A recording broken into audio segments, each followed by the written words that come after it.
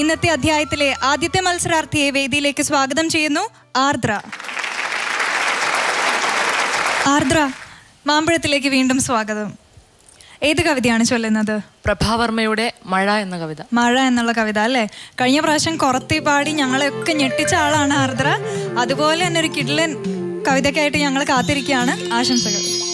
മഴ പെയ്യുന്നു, മരിച്ചവർ തൻ കാൽ പെരുമാറ്റം പോൽ പുതുമഴ തങ്ങളെ അനുഗമനം ചെയ്യേണ്ടവരെ പാർക്കുവതിനണയുന്നു പരേത. മഴ പെയ്യുന്നു, മരച്ചില്ലകളിൽ പുതുമുള പൊട്ടുകയായി. മുറ്റത്തൊരു കുറിയേറി പിന്നെ ഇറങ്ങി തെളിവിലും ഒളിവിലുമായി പെയ്യുകയായി. മഴ പെയ്യുന്നു, വിളംബിത താളം തബലയിൽ നിന്നലയായിളകുമ്പോൾ അരിയ സരോദിൻ തന്ത്രിയിൽ ദൈവത ഗാന്ധാരങ്ങൾ ഉളപൊട്ടുമ്പോൾ. മഴ പെയ്യുന്നു, ചെറുകുഞ്ഞുങ്ങൾ കലപില കൂട്ടുന്നതുപോൽ രാവിൻ കാവിലിലഞ്ഞിപ്പൂ കൊഴിയുമ്പോൾ. രാക്കിളി തൻ ചിറകടിയകലുമ്പോൾ. മഴ പെയ്യുന്നു, തലമുറ നാലിനുമപ്പുറമുള്ളൊരു പേരക്കുട്ടിക്കൊരു മുത്തശ്ശി പറഞ്ഞു കൊടുക്കും കഥയുടെ തീരാ പൊരുളുതിരുമ്പോൾ. മഴ പെയ്യുന്നു, കാറ്റിനൂഞ്ഞാലാടി വരുന്നൊരു കൗമാരത്തിൻ കനിവാണോ മഴ? പഴയൊരു പ്രണയ സ്മൃതി പകരും നറുചമ്പകമണമോ? മഴ പെയ്യുന്നു, മുജ്ജന്മത്തിലെ സുഹൃതത്തിൻ ഹരിചന്ദനധാര കുളിരാണോ മഴ? മനമീ വാഴ്വിൻ കടുകന്മഷമിതിലലിച്ചിടുമോ?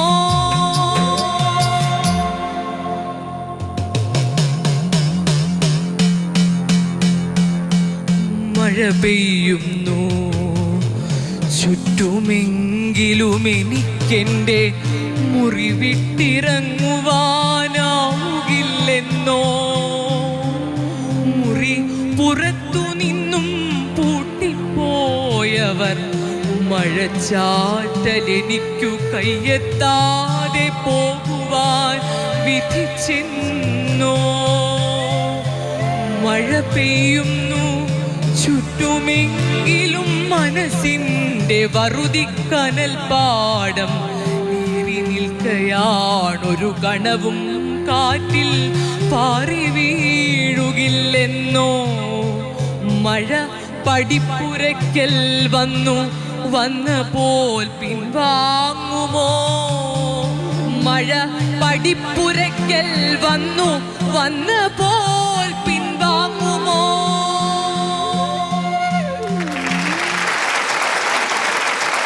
തികച്ചും വേറിട്ടൊരു ശബ്ദമുണ്ട് ആർദ്രയ്ക്ക്. ആലാപനത്തിൻ്റെ മാറ്റ് കൂട്ടാൻ ആർദ്രയുടെ ശബ്ദം എന്തായാലും നന്നായിട്ട് സഹായിച്ചിട്ടുണ്ട്. കവിതാലാപനത്തിനെ കുറിച്ച് നമുക്ക് ചോദിക്കാം. ആലങ്കോട് സാർ. ആർദ്രേ, നിരാർദ്ര ഗംഭീരമായ ആർദ്രയുടെ ശബ്ദവും പ്രഭാവർമ്മയുടെ കവിതയും ഉരുകിച്ചേർന്ന കാവ്യലായനി ഒഴുകി ഇവിടെ ഒരു വല്ലാത്തൊരു അനുഭവം ഉണ്ടാക്കി. നേരത്തെ ഉണ്ടായ അനുഭവങ്ങളിൽ നിന്ന് വ്യത്യസ്തമായൊരു അനുഭവം. ഈ കവിതയെ മനസ്സിലാക്കി. മരിച്ചവർ വന്ന് പെയ്യുന്നത് പോലെ മഴ പെയ്യുന്നു. പ്രഭാവർമ്മയുടെ വളരെ വിചിത്രമായ ചില സങ്കല്പങ്ങൾ ഈ കവിതയിലുണ്ട്. ആരോ പുറത്തുനിന്ന് പൂട്ടിപ്പോയ മുറിക്കകത്ത് പുറത്തിറങ്ങാനാവാതെ ഈ മഴയെ പല ഭാവങ്ങളിൽ കവി ആസ്വദിക്കുന്നു, അനുഭവിക്കുന്നു. ഈ അനുഭവമാണ് ഈ കവിതയുടെ ജീവൻ. അപ്പം മഴ പല നാനാർത്ഥങ്ങളിൽ കവിക്ക് മേൽ പെയ്യുന്നു, പ്രപഞ്ചത്തിന് മേൽ പെയ്യുന്നു, ജന്മങ്ങളിലൂടെ പെയ്യുന്നു. 3-4 തലമുറയ്ക്ക് അപ്പുറത്തുനിന്നൊരു മുത്തശ്ശി പേരക്കുട്ടികൾക്ക് കഥ പറഞ്ഞു കൊടുക്കുന്നത് പോലെ മഴ പെയ്യുന്നു. ഇങ്ങനെ മഴയുണ്ടാക്കുന്ന ഈ നാനാർത്ഥങ്ങളെ മുഴുവൻ ആലാപനത്തിലേക്ക് കൊണ്ടുവരാൻ സാധിച്ചു. എവിടെയും പിഴവൊന്നും പറ്റിയില്ല.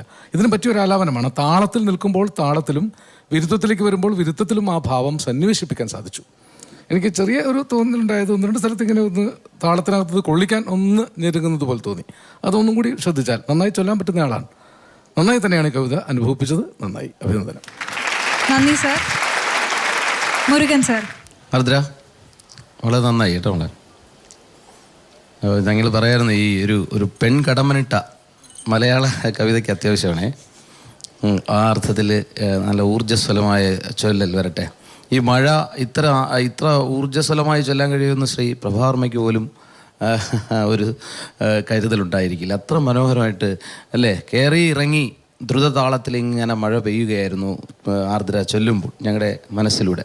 അപ്പോൾ തീർച്ചയായും നമ്മുടെ കൈയെത്തുന്നതിൻ്റെ ഒരു വാര അകലെ നഷ്ടപ്പെട്ടു പോകുന്ന പല കാര്യങ്ങൾ നമ്മുടെ ജീവിതത്തിലുണ്ട്.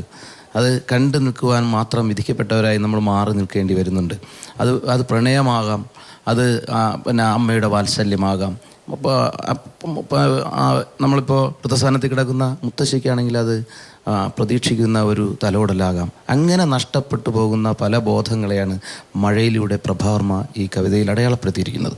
അപ്പോൾ അതിൻ്റെ എല്ലാ കയറ്റിറക്കങ്ങളെയും കവി ഉദ്ദേശിച്ചതിനേക്കാൾ ഉയരത്തിൽ ചൊല്ലി ഫലിപ്പിക്കുവാൻ ആർദ്രയ്ക്ക് കഴിഞ്ഞിരിക്കുന്നു. ആശംസകൾ. ആർദ്ര, വളരെ നല്ല അഭിപ്രായമാണ് വിധികർത്താക്കൾ പറഞ്ഞിരിക്കുന്നത്. മാർക്ക് എത്രയാണ് കിട്ടുന്നത് നോക്കാം. മുരുകൻ സർ, എത്ര മാർക്കാണ് ആർദ്രയ്ക്ക് കൊടുക്കുന്നത്? 50-ന് 43. ആലങ്കോട് സർ. തീർച്ചയായും 50-ൽ 43 മാർക്ക്. 100-ൽ 86 മാർക്കാണ് ആർദ്രയ്ക്ക് ലഭിച്ചിരിക്കുന്നത്. ആർദ്ര, ആദ്യം പറഞ്ഞ പോലെ തന്നെ എന്തായാലും വാക്ക് പാലിച്ചു. ഞങ്ങൾ വീണ്ടും ഞെട്ടിച്ചിരിക്കുകയാണ് ആർദ്ര. അടുത്ത പ്രാവശ്യം ഇതുപോലത്തെ മനോഹരമായ കവിതകളുമായിട്ട് വരിക. ആശംസകൾ.